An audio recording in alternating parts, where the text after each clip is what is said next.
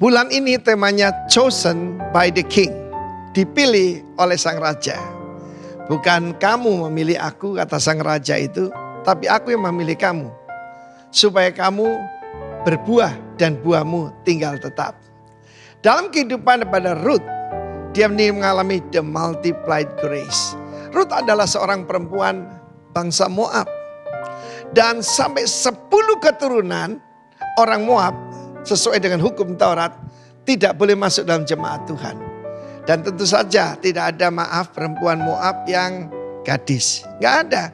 Sebab mereka menyembah Baal, mereka menyembah Astoret, dan di kuil-kuil mereka yang ada cuma yaitu kenajisan, percabulan, dan seks bebas. Tetapi anugerah Tuhan luar biasa. Namanya kasih karunia itu sesuatu yang kita tidak pantas menerimanya. Ketika saudaraku kita hidup tidak dengan iman. Look what happened kepada keluarga Elimelek. My God is King namanya. Tapi yang aneh kedua nama putranya itu Mahlon Kilion.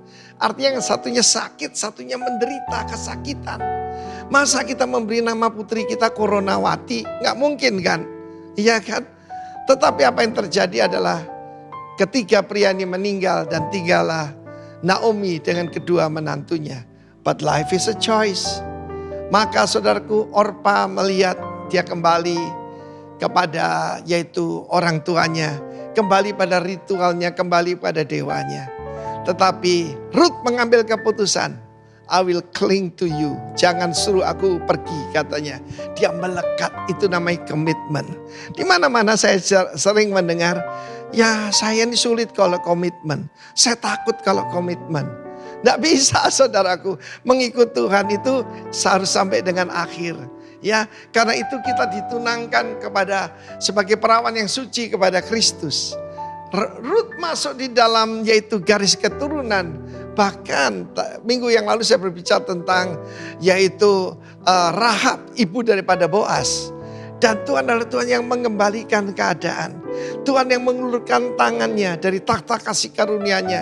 Dia mengulurkan tongkat kerajaan emasnya kepada bahkan Anda yang mendengar apa yang saya sampaikan hari ini. What happened to Ruth? Bukan cuma dia komitmen, dia rajin. Banyak orang tidak bisa dipulihkan karena malas saudaraku. Tetapi Ruth begitu rajin. Dan dia begitu menghormati orang tuanya, mertuanya yang miskin. Banyak hormat kalau mertua kaya, kalau mertua hebat. Tetapi dia tetap hormat. Sebab dia percaya kebudayaan kerajaan berbeda. Dengan asal usulnya dia. Dia menghormati orang tuanya. Sekalipun pasti ada kepahitan. Jangan panggil aku lagi Naomi, artinya pleasant. Panggil aku Mara, artinya pahit. Penuh dengan amarah, menyalahkan Tuhan. Tetapi saudaraku, Ruth tetap tunduk. And look what happened to her.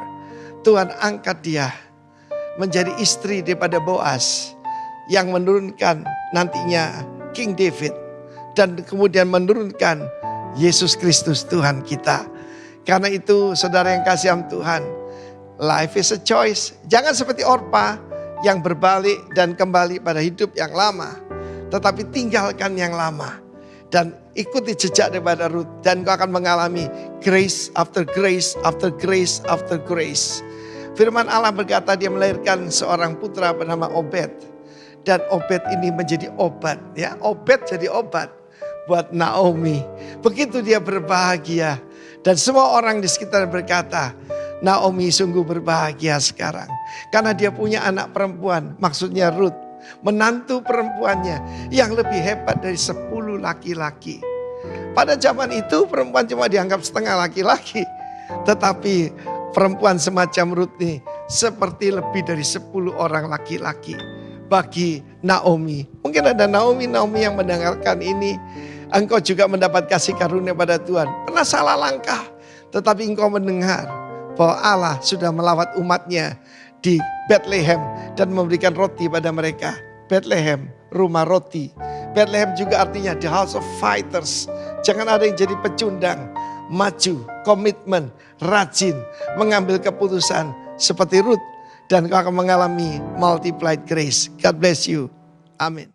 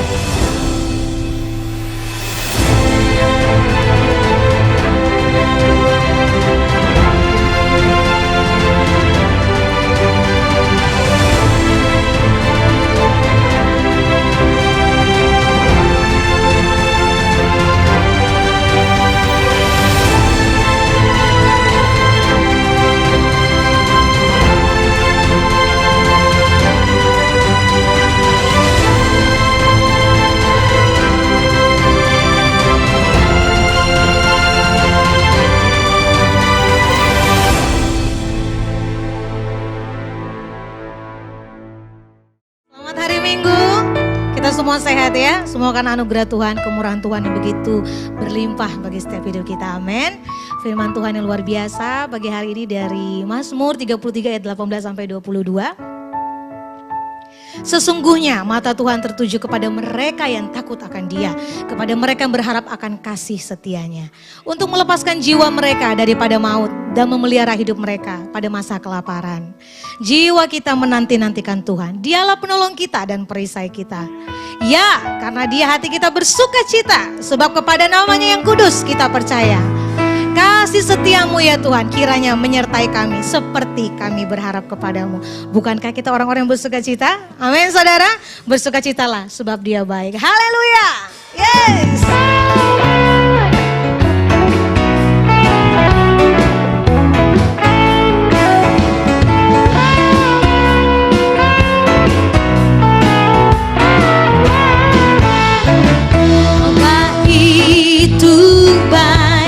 Sungguh baik bagiku, ditunjukkannya kasih setianya.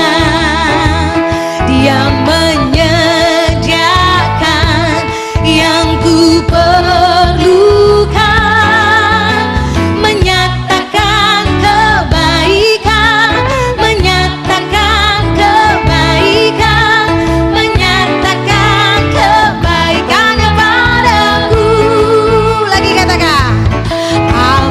Itu baik, sungguh baik bagiku, amin. Ditunjukkannya kasih setianya. Dia menyediakan yang ku perlukan, menyatakan kebaikan, menyatakan kebaikan, menyatakan kebaikan.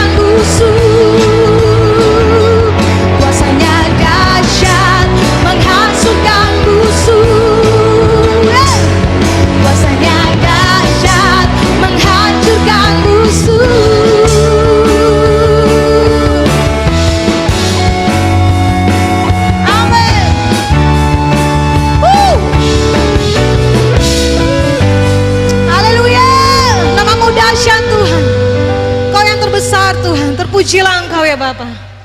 Terima kasih Tuhan. Terima kasih Tuhan. Oh Yesus Tuhan. Terima kasih Tuhan. Betapa kami mengagumi kasih setiamu Tuhan. Oh Yesus. Terima kasih Tuhan. Yesus, ku cintakan, ku tinggikan, ku agungkan. Aku kan memujimu baik di dalam suka dan duka. Yesus, Yesus, ku cintakan, ku tinggikan, ku agungkan. Aku kan memujimu baik di dalam suka dan duka, sebab Kau layak terima pujian, sebab Kau layak terima pujian, sebab Kau layak ku agungkan. Yesus, Raja di atas segala, sebab Kau layak. Amin. Amin. Sebab Kau layak terima pujian, sebab Kau layak ku agungkan. Yesus, Raja di atas segala raja. Yesus, amin. Yesus, ku cintakan, ku tinggikan,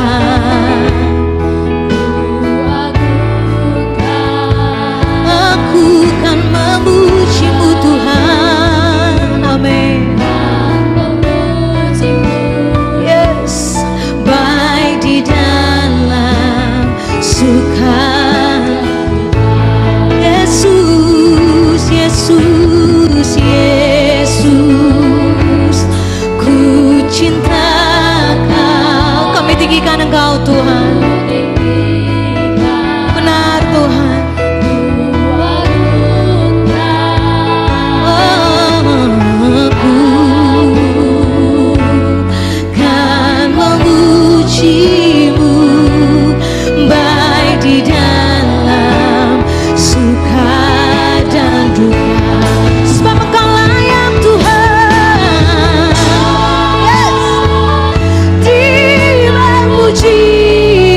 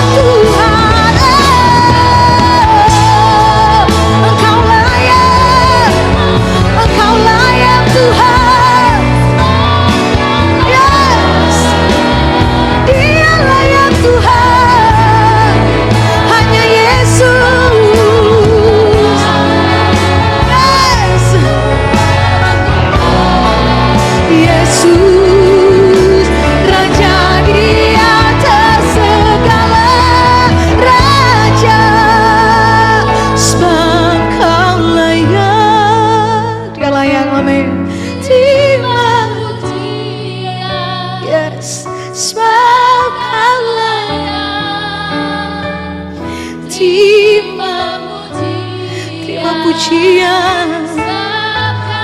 Yes. Ku agungkan Yesus, Raja di atas segala raja, sebab Dia layak, sebab Kau layak terima pujian, sebab Kau layak, Dia layak, hanya Kau yang layak Tuhan. Amen. Ku agungkan Yesus, Dia Raja, Dia Raja. Sebab Kau layak,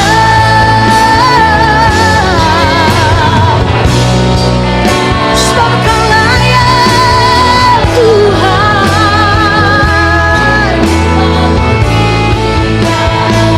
sebab Kau layak. Ku agungkan Yesus, Raja di atas segala raja, Raja di atas segala raja, Raja di atas segala raja.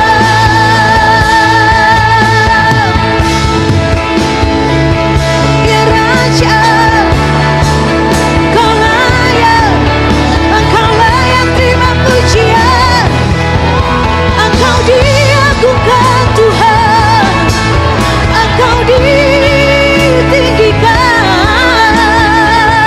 Namamu, namamu besar, Engkau layak Tuhan. Yes.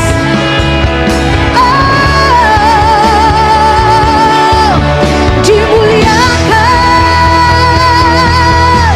ditinggikan Tuhan. Hanya Yesus, hanya Yesus, hanya Yesus.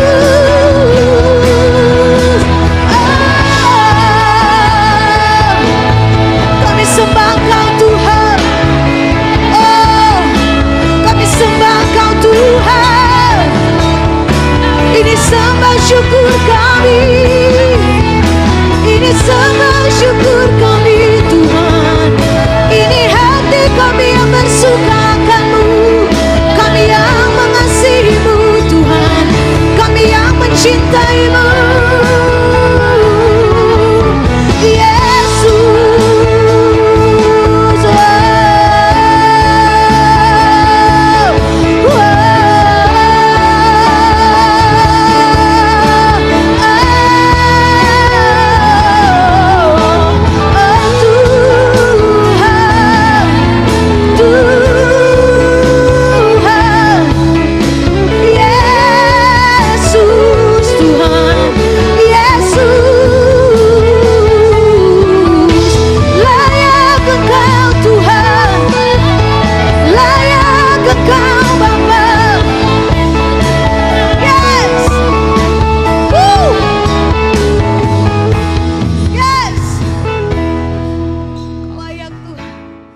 Haleluya, shalom Bapak Ibu yang dikasih Tuhan.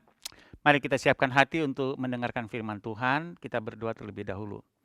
Tuhan Yesus, kami berdoa supaya Engkau menolong kami, memberikan kami hati-Mu, hikmat-Mu untuk kami mengerti firman-Mu saat ini. Roh Kudus, tolong kami untuk bisa menerjemahkan lebih jauh lagi sesuai dengan kehendak-Mu bagi hidup kami. Apapun yang Kau mau sampaikan saat ini. Pakai hamba-Mu Tuhan, kami sangat tunduk pada otoritas firman-Mu. Kami menantikan firman-Mu, kami mengasihi firman-Mu Tuhan. Dan kami mau jadi seperti yang Tuhan kehendaki bagi kami. Dalam nama Yesus kami bersyukur. Amin.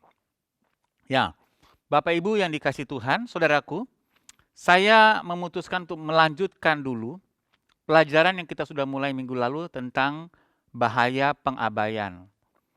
Memang saya berjanji untuk kita belajar mungkin minggu depan tema faith mode on, fight going on. Mengaktifasi iman dan terus melanjutkan perjuangan iman kita. Gitu ya. Tapi sekarang saya ingin tema ini kita bahas melanjutkan pelajaran minggu lalu, yaitu nilai-nilai, prioritas, dan ongkos atau harga. Value, priority, and cost. Apa hubungan dengan bahaya pengabaian? Karena kemudian saya mendapatkan sebuah prinsip bahwa pengabaian atau penyimpangan adalah hasil dari lack of valuing or prioritizing something, gitu ya. Jadi kegagalan valuing atau memprioritaskan atau melihat nilai dari sesuatu. Ketika seseorang gagal melihat nilai dan memprioritaskan sesuatu, gagal dalam nilai dan prioritas, maka dia akan membayar sangat mahal di kemudian hari. Itu sebabnya sekarang kita mau bahas ini tentang value, priority, and cost. Coba renungkan sebentar kehidupan kita. Dan pengalaman penggembalaan saya telah mendapati sebuah fakta bahwa banyak orang tidak serius memikirkan value dari sesuatu dalam kehidupannya. Misalnya value keluarga, value kesehatan, value dari keuangan, value dari beribadah.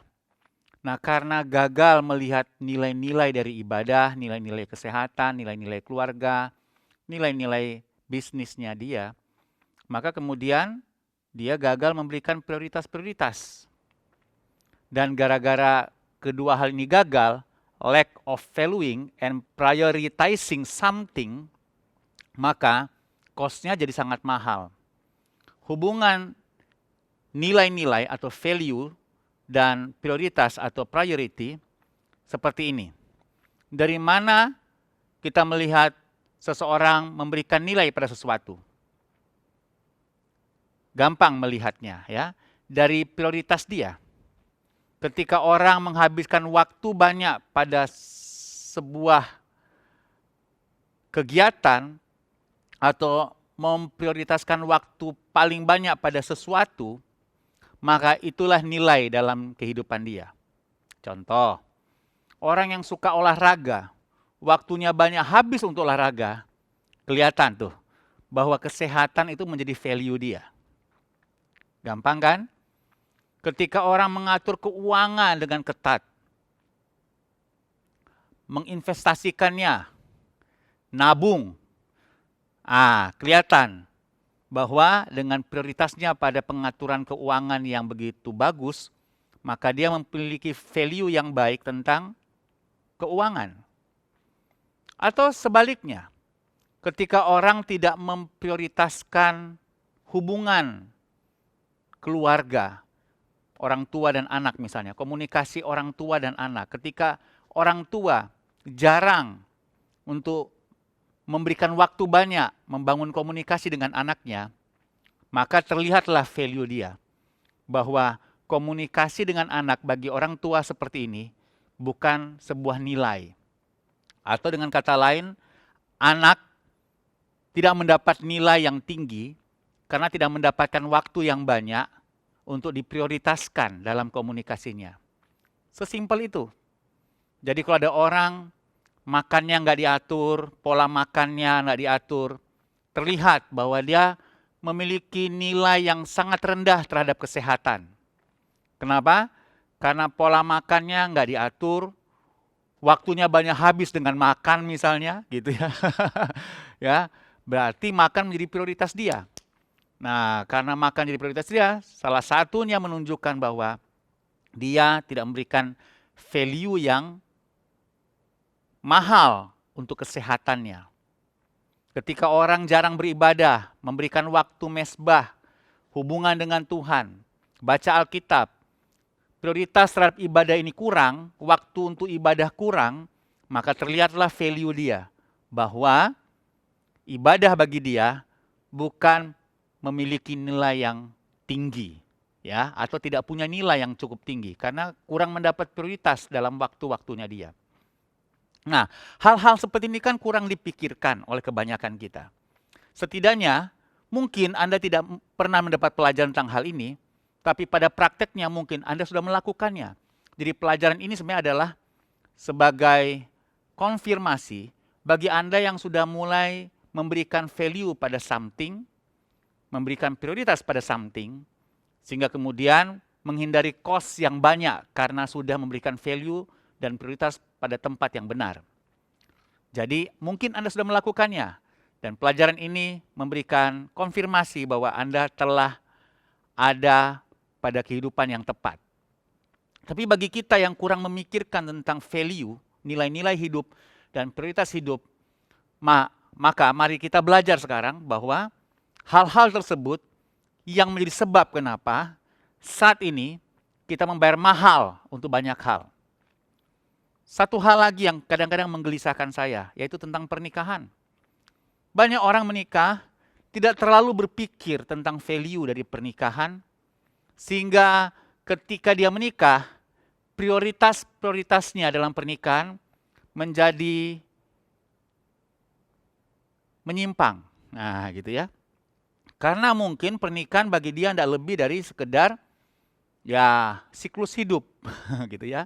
Suka sama seseorang, memang sudah waktunya menikah, ya menikahlah saya. Dia tidak memiliki value yang benar. Mungkin dia punya value, misalnya menikah untuk mendapatkan keturunan. Dia tidak memiliki value yang benar sesuai dengan firman Tuhan. Bahwa bagi firman Tuhan, menikah tidak hanya untuk mendapatkan keturunan, tapi menikah adalah menggenapi rencana Tuhan dalam dua jadi satu itu. Dan ketika mereka dapat keturunan, maka mereka multiply. Mereka have dominion over. Mereka menjadi pengaruh kerajaan sorga dimanapun mereka berada. Tapi sebagian orang hanya berpikir menikah hanya untuk dapat keturunan, that's it. Maka prioritasnya dia untuk mengisi pernikahan pada misalnya kebenaran, mendengarkan Tuhan, bersekutu dengan Tuhan, mencari tahu kepada Tuhan untuk apa pernikahan diperlakukan, yang kemudian berdampak pada komunikasi-komunikasi yang dibangun, tidak mendapat prioritas. Kenapa? Karena value-nya tidak sesuai dengan firman Tuhan. Akibatnya, cost-nya akan sangat mahal. Kemudian anak tidak takut Tuhan, hubungan suami istri bukan hubungan yang terbangun dengan baik, maka ada sakit hati, ada kecewa, sulit mengampuni, kepahitan malah, konflik yang tidak berkeputusan antara suami dan istri karena lack of valuing or prioritizing of marriage, gitu ya. Lack atau gagal memberikan nilai terhadap pernikahan dan salah mengambil prioritas. Minggu lalu contohnya, paling gampang kita lihat. Esau berkata begini, ya, sebentar lagi aku akan mati. Apakah value-nya, apakah gunanya bagiku hak kesulungan itu? So, Esau lack of valuing, ya, the firstborn blessing. Dia gagal untuk memberikan nilai pada berkat kesulungan dia. Kata Yakub, bersumpahlah dahulu kepadaku, maka bersumpahlah ia, dan dijualnya hak kesulungan kepadanya. Lalu Yakub memberikan roti, terjadi negosiasi. Esau makan, dia berdiri, dan dia ngeloyor pergi. Demikianlah Alkitab bilang Esau memandang murah, memandang ringan, lack of valuing the blessing atau the firstborn blessing.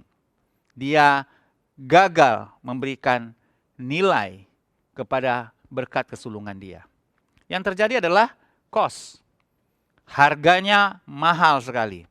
Dia meraung-raung sangat keras. Dalam kepedihan hatinya, wah itu ya, sebuah jeritan keputusasaan yang saya bilang yang pernah terjadi di muka bumi. Berkatilah aku ini juga ya Bapa. It's too late. Itu yang menjadi concern buat kita harusnya.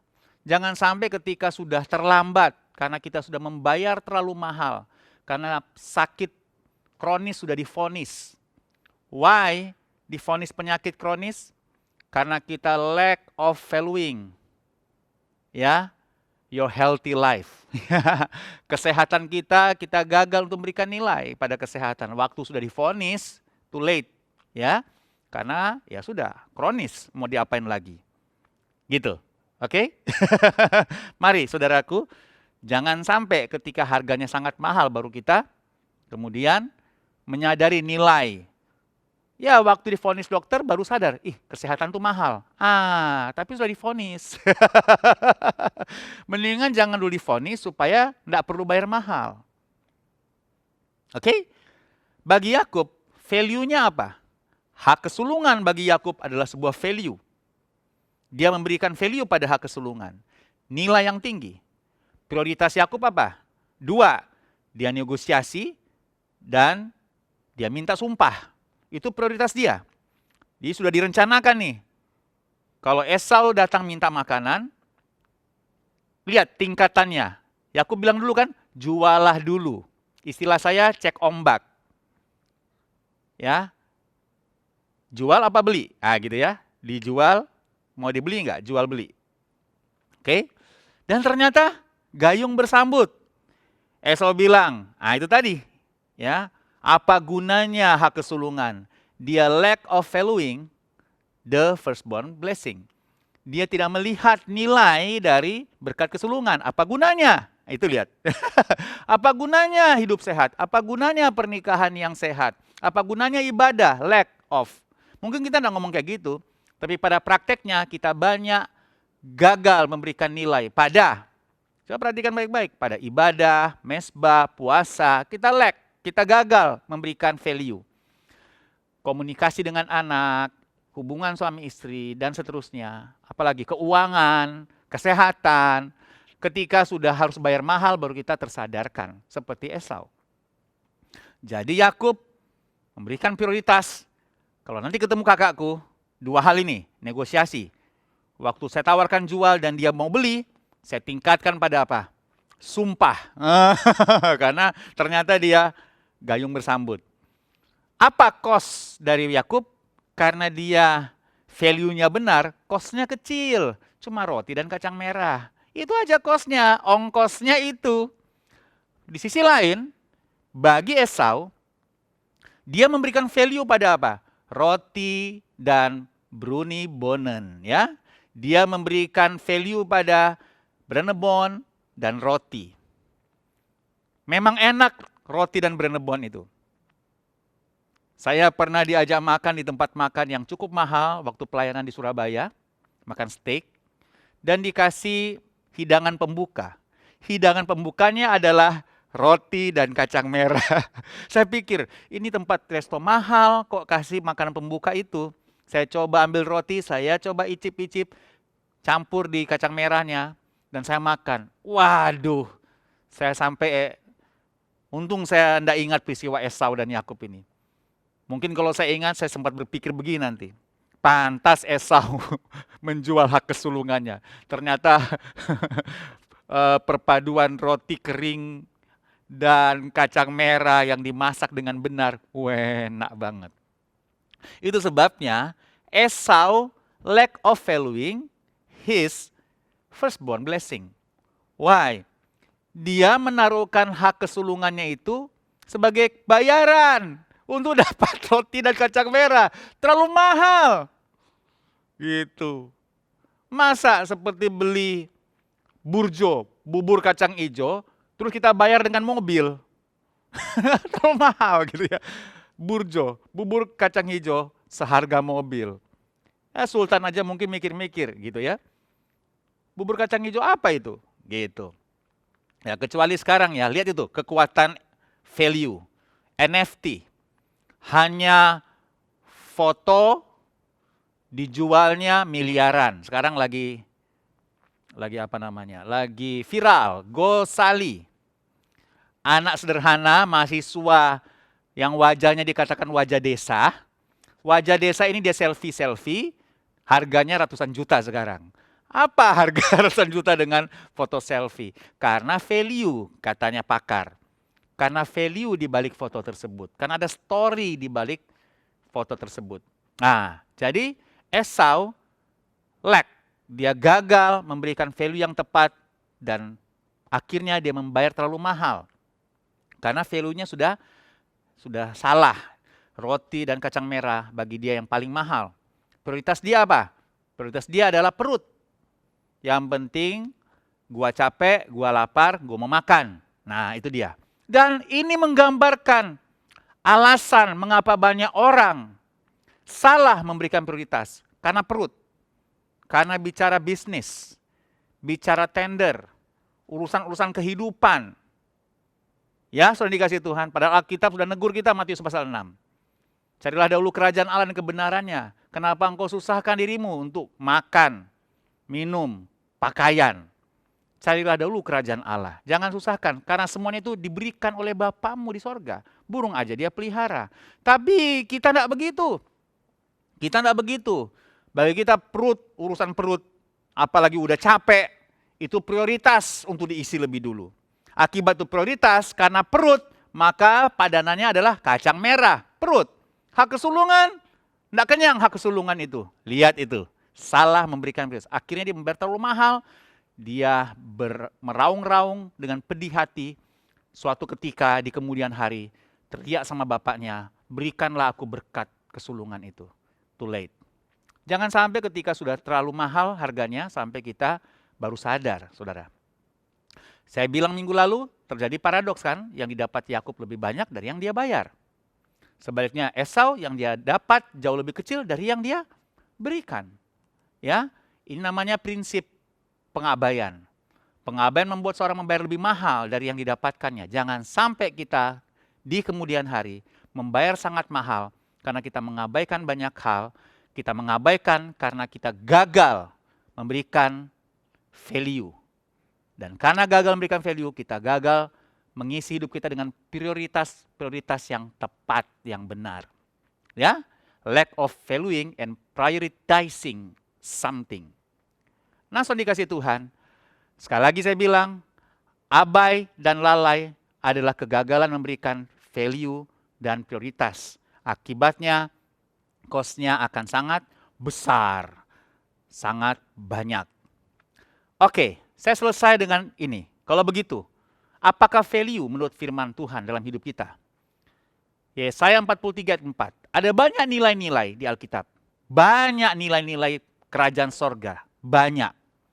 Kalau rock itu light, love, integrity, grace, humility, truth.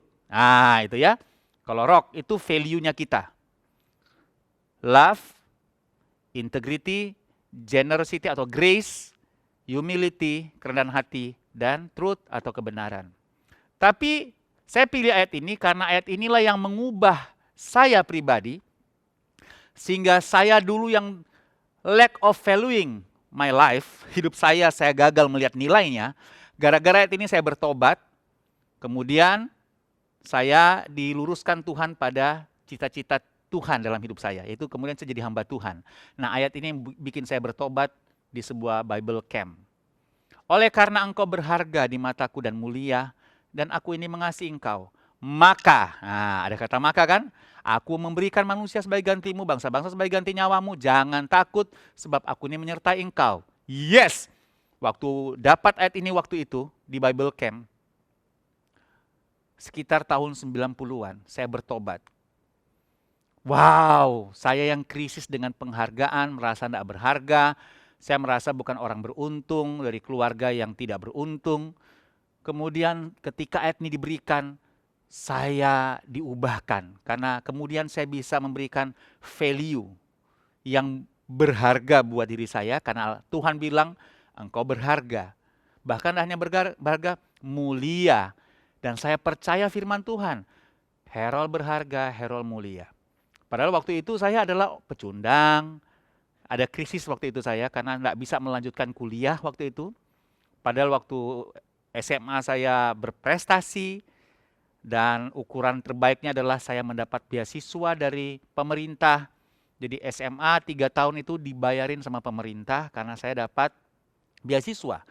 Menurut kriteria dari pemerintah, waktu itu Departemen Dikbud Pendidikan dan Kebudayaan, saya masuk kategori untuk mendapatkan beasiswa. Yang dapat beasiswa ini tidak bisa kuliah karena tidak punya uang untuk kuliah waktu itu. Dan kemudian saya merasa tidak berharga, saya pecundang, krisis jati diri. Tapi Tuhan datang pada waktu yang tepat.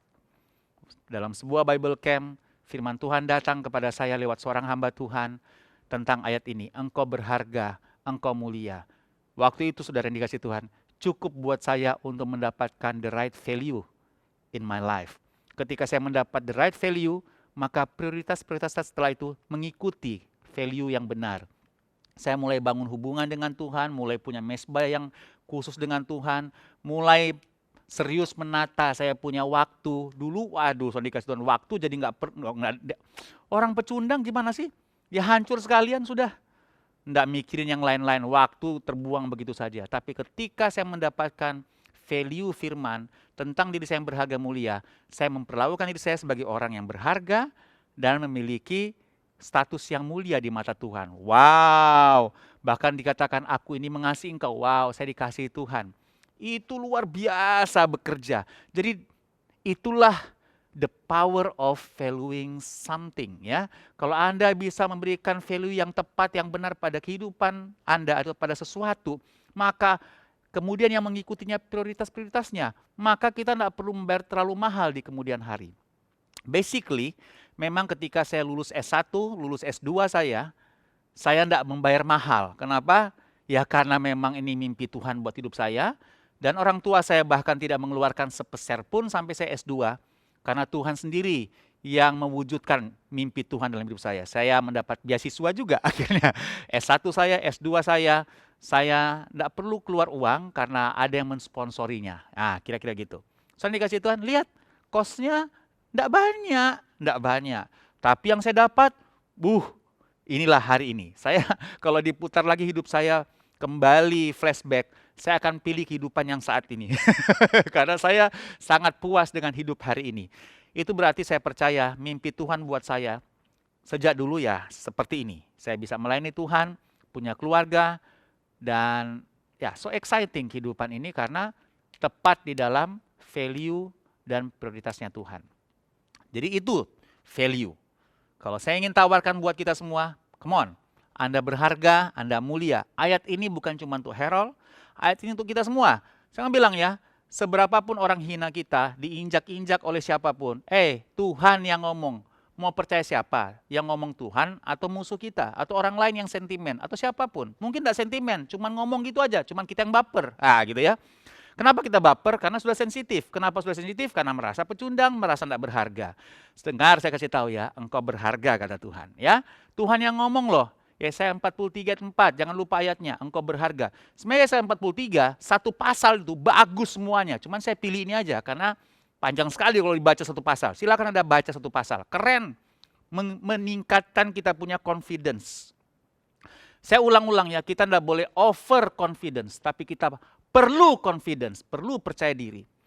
Nah, terus apa? Kita mulia kata Tuhan. Mari bangkit saudara dikasih Tuhan, berikan nilai pada hidup saudara seperti yang Tuhan berikan, bukan yang dunia berikan. Apa yang Tuhan berikan? Engkau berharga, engkau mulia. Mulai saat ini, mulai tata hidup saudara, waktu-waktu yang Tuhan berikan buat saudara, minat, bakat, karunia, coba dedikasikan untuk kerajaan sorga.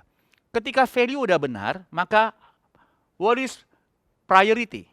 Apa itu prioritas hidup kita? Galatia 1 ayat 15, yang kita sudah pelajari beberapa minggu yang lalu.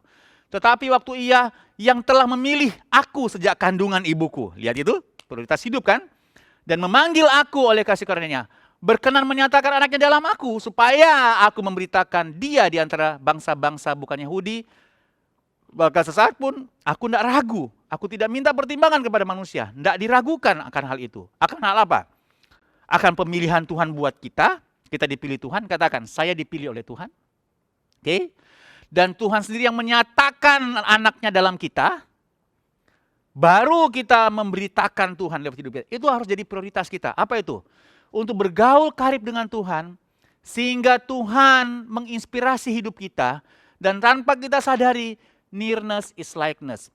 Keserupaan itu terjadi karena ada kedekatan. Kita dekat dengan Tuhan dan kita semakin serupa dengan Tuhan. Kita tidak berusaha menjadi seperti Kristus. Kita menjadi seperti Kristus karena Kristus yang menyatakan dirinya dalam kita. Karena hubungan kita yang erat, yang akrab, yang karib dengan Tuhan. Sehingga tanpa kita sadari, kita menjadi serupa dengan Kristus karena kedekatan kita dengan Kristus. Sekali lagi ya, nearness is likeness. Kedekatan menghasilkan keserupaan. Mari dekat dengan Tuhan. Itu prioritas kita sekarang. Bergaul dengan Tuhan, dekat dengan Tuhan. Apalagi, memberitakan Tuhan lewat hidup kita. Itu prioritas. Ingat, apapun prioritas profesi kita, apapun bisnis kita, siapapun kita, ada satu prioritas bagi kita. Supaya lewat hidup kita harus memprioritaskan kerajaan Allah diberitakan lewat kita. Pemberitaan kerajaan sorga harus jadi prioritas setiap umat percaya. Saudara harus memprioritaskan hidupmu untuk memberitakan kerajaan sorga. Lewat bisnis, lewat profesi, lewat kuliah, lewat sekolah, lewat keluarga, lewat hidup kita. Memberitakan Kristus kepada bangsa-bangsa. Harus jadi prioritas. Ingat itu ya. Kalau kita bisnis, jangan uang, jabatan, pangkat yang kita jadikan prioritas. Alkitab bilang semuanya itu akan ditambahkan kepadamu, kata Alkitab. Prioritaskan lewat bisnismu, kerajaan sorga diberitakan. Itu harus jadi prioritas. Kalau Anda efektif memberitakan kerajaan sorga lewat bisnis Anda, profesi Anda, maka bagian kerajaan sorga untuk backup saudara pada puncak-puncak kehidupan, karena nama Tuhan secara efektif diberitakan lewat profesi tersebut. Mari saya tantang kita. Apa profesi Anda? Prioritaskan pemberitaan kerajaan sorga lewat profesi tersebut. Keserupaan Kristus harus terlihat oleh bangsa-bangsa. Maka cost-nya apa? Kalau kita menjadikan hidup kita punya nilai, berharga, mulia, dan prioritasnya adalah memberitakan sorga, ada cost enggak? Ada cost. Cost-nya apa? 1 Timotius pasal 4 ayat 7, B dan seterusnya. Latihlah dirimu beribadah. Itu cost. Cost-nya adalah latih. Memang perlu komitmen, perlu effort. Latih beribadah kadang-kadang struggle. Salah satunya adalah kesabaran. Itu struggle. Penguasaan diri, itu struggle. Puasa, kadang-kadang butuh effort. Kejujuran, integritas, struggle. Tapi bayar itu. Latihlah dirimu beribadah, saudara kasih Tuhan. Karena itu berguna dalam segala hal. One for all and forever. Karena mengandung janji baik untuk hidup ini, forever, maupun untuk hidup yang akan datang. Jadi cost-nya cuma satu, one and forever. Apa itu? One for all maksudnya. Apa itu? Latih dirimu beribadah. Latih penguasaan diri, latih mulut, latih hati, latih pikiran. Latih mulut, latih hati, latih pikiran. Latih tangan, latih dalam ibadah. Itu cost. Bayar aja enggak apa-apa. Karena yang kita dapat jauh lebih besar. Ya kan? Sedih kasih Tuhan, bayar. Masa cuman itu? Itu kecil sebenarnya. Tapi harus dibayar. Latihlah dirimu beribadah. Come on, latih sabar. Latih penguasaan diri. Saya waktu ngomong ini, saya ngomong untuk diri saya juga. Gitu sering dikasih Tuhan. Penguasaan diri saya terbesar, teruji, tertantang waktu di belakang setir mobil. Salah satunya itu ya. Kalau ada orang mulai nggak tertib, aduh tuh kadang-kadang saya bisa klakson panjang. Jadi kalau jemaat ngalami klakson panjang dari saya, mohon maaf saya. Mungkin saya salah, atau mungkin Anda yang nggak tertib gitu ya. Atau mungkin saya yang terlalu emosional. Tapi memang itu latihan penguasaan diri. Menegur orang memang nggak salah, tapi jangan sampai kita menegur, lantas kita buat kebodohan. Hari-hari ini kita suka nonton, banyak orang tersinggung ya, karena alasan ras. Nah saya bilang buat saudara, biasanya orang-orang hari ini mengalami urusan hukum, masuk bareskrim, dilaporkan di Polda, karena tidak mampu menguasai Iya, ngomongnya dia, pemilihan kata-katanya dia. Kenapa tidak mampu? Karena tidak melatih diri beribadah, melatih menahan diri, menguasai diri. Saudara, puasa itu sebenarnya hal kecil ya kelihatannya, tapi menolong kita tidak membayar mahal di masa depan. Mesbah itu kelihatannya hal kecil, baca Alkitab, tapi menjaga kita untuk tidak bayar mahal di masa depan. Sabar, penguasaan diri, membangun hubungan sama keluarga, kelihatannya hal kecil, tapi menolong kita untuk menghindari bayar mahal di masa depan. Tuhan Yesus berkati kita semua. Saya harap kita mendapatkan sesuatu dari pelajaran 2 minggu berturut-turut ini ya. Jangan abai, jangan lalai, sehingga tidak terjadi penyimpangan. Kenapa? Karena kita memiliki value yang benar, prioritas yang benar, dan membayar sangat pantas untuk segala sesuatu yang Tuhan karuniakan buat kita. Amin. Mari kita berdoa. Tuhan Yesus, terima kasih untuk firman-Mu, kami bersyukur karena kami telah belajar bahwa kami harus memberikan nilai pada sesuatu. Dan tolong kami Tuhan untuk melihat hidup kami sehingga bisa memberikan nilai pada ibadah, nilai dalam hubungan keluarga, suami istri dan anak, nilai pada kesehatan, nilai pada keuangan, sehingga kami bisa memberikan prioritas-prioritas yang benar karena nilainya benar, sehingga di masa depan kami tidak perlu membayar mahal hidup kami, terlalu mahal karena kami sudah memberikan nilai dan prioritas yang benar. Hikmat Tuhan menolong kami untuk kami bisa memberitakan Kristus lewat hidup kami, akibat kami hidup sesuai dengan kehendak Tuhan. Dalam nama Yesus kami bersyukur. Amin. Kita akan memasuki perjamuan kudus sebentar. Kita barusan saja mendengar sebuah firman yang luar biasa. Semua firman itu pasti luar biasa, saudara. Saya percaya itu. Ya, kita belajar 3 hal tentang value, priority, dan cost, yaitu nilai, prioritas, dan harga. Apa yang dilakukan oleh Esau, ya, Esau memandang rendah hak sulungannya dengan tidak mementingkan nilai ke hak sulungannya itu. Dia tidak mementingkan prioritas yang benar bagaimana, dan dia memandang rendah. Dia menghargai hak kesulungannya itu hanya dengan roti dan kacang merah. Ya. Tapi tidak begitu dengan Tuhan Yesus. Tuhan Yesus itu memandang tinggi sebuah nilai, prioritas, dan harga yang dibayar.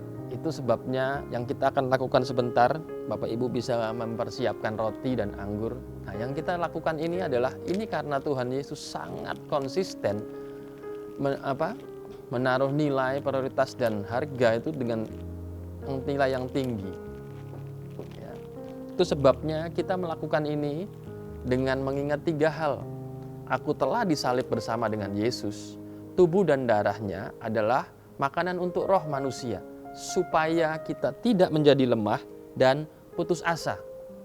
Sebelum kita makan, saya akan bacakan firman Tuhan. Sebab apa yang kuteruskan kepadamu telah aku terima dari Tuhan, yaitu pada malam waktu dia diserahkan, dia mengambil roti, dan sesudah itu dia mengucap syukur atasnya, dia memecah-mecahkannya dan berkata, inilah tubuhku yang diserahkan bagi kamu. Perbuatlah ini menjadi peringatan akan aku.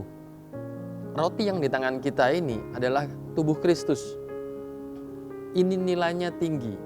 Ini prioritas Tuhan. Dia datang ke dunia untuk tebus kita, untuk jadi sama dengan manusia, supaya dia bisa menggantikan kita. Adakah engkau benar-benar percaya bahwa roti yang kita angkat tinggi di atas kepala kita ini benar-benar tubuh Kristus? Mari kita makan dengan iman dan percaya kita.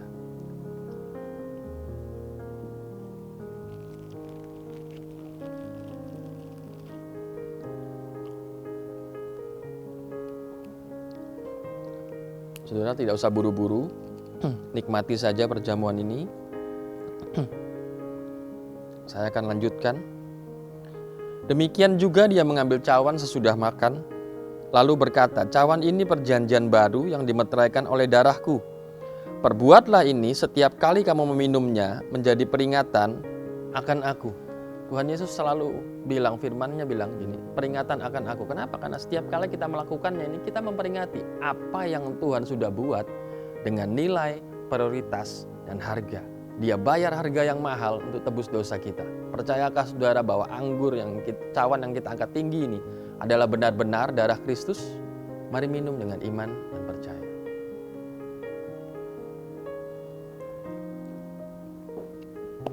Saudara boleh letakkan cawan di sekitar saudara ya. Mari kita buka kedua tangan kita.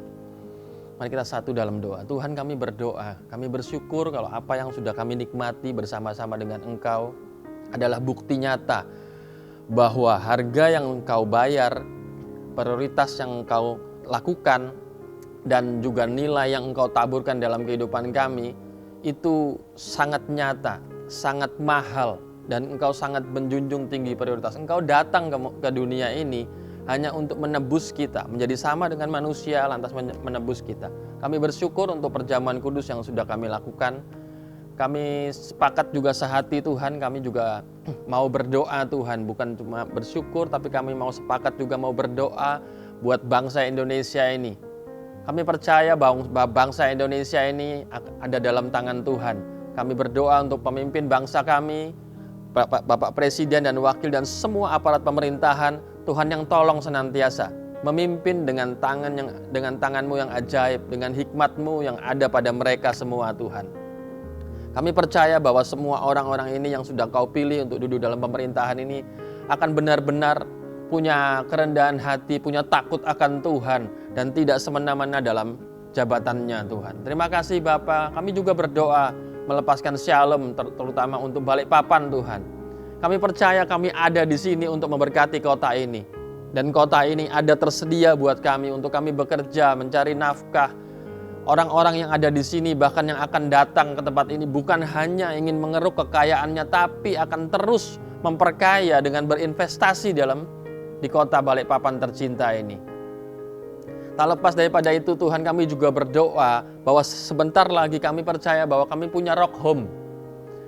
Di gereja, gedung gereja sendiri, kami punya sendiri untuk kami bisa lebih maksimal lagi berinvestasi di dalamnya. Kami bisa membangun banyak jiwa di sana, kami bisa mendidik banyak jiwa, memperlengkapi banyak orang untuk memperluas kerajaan-Mu Tuhan. Terima kasih Bapa, terima kasih Tuhan. Kami percaya bahwa semua hal ini ada dalam kontrol Tuhan dan semuanya Tuhan yang sediakan. Semua pendanaannya, semua material, semua orang-orang yang dengan skill-skill yang terbaik Tuhan akan tempatkan untuk membangun rock home Tuhan supaya terjadi dengan baik dan sempurna. Terima kasih Tuhan. Sebentar kami akan berpisah. Kami percaya bahwa adalah kehendak Tuhan kami semakin naik dengan tidak turun. Jadi kepala dan bukan ekor. Diberkatilah keluar masuk-Mu sampai mulai sekarang sampai selama-lamanya. Dan bahkan mulut kita diberikan kuasa. Mari saudara-saudara yang kekasih dalam Tuhan, kita genggam erat kedua tangan kita dan berkata dengan iman, katakan, apa saja yang aku kerjakan dengan tanganku ini pasti diberkati, berhasil, beruntung dan sehat. Apa saja yang aku kerjakan dengan tanganku ini pasti diberkati, berhasil, beruntung, sehat.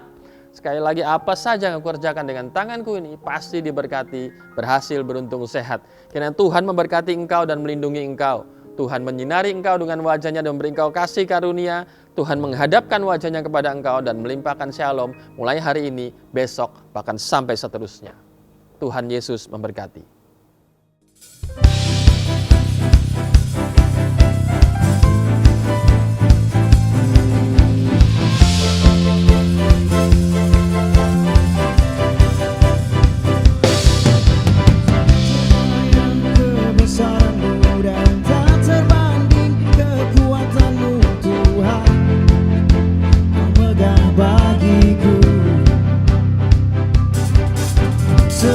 Jiwa dan pengharapan telah ku serahkan untuk rencana-Mu Tuhan. Kau Raja atasku, hanya Kau yang layak ditinggikan.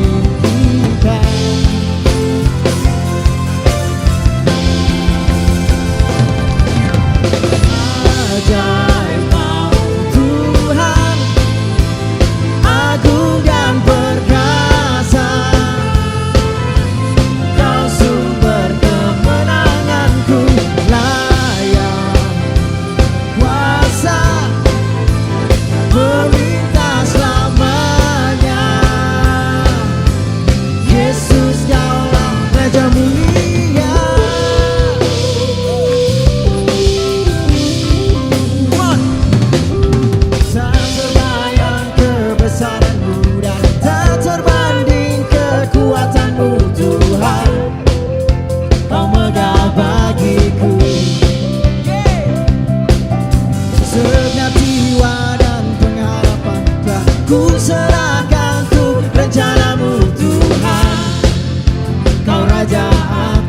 ku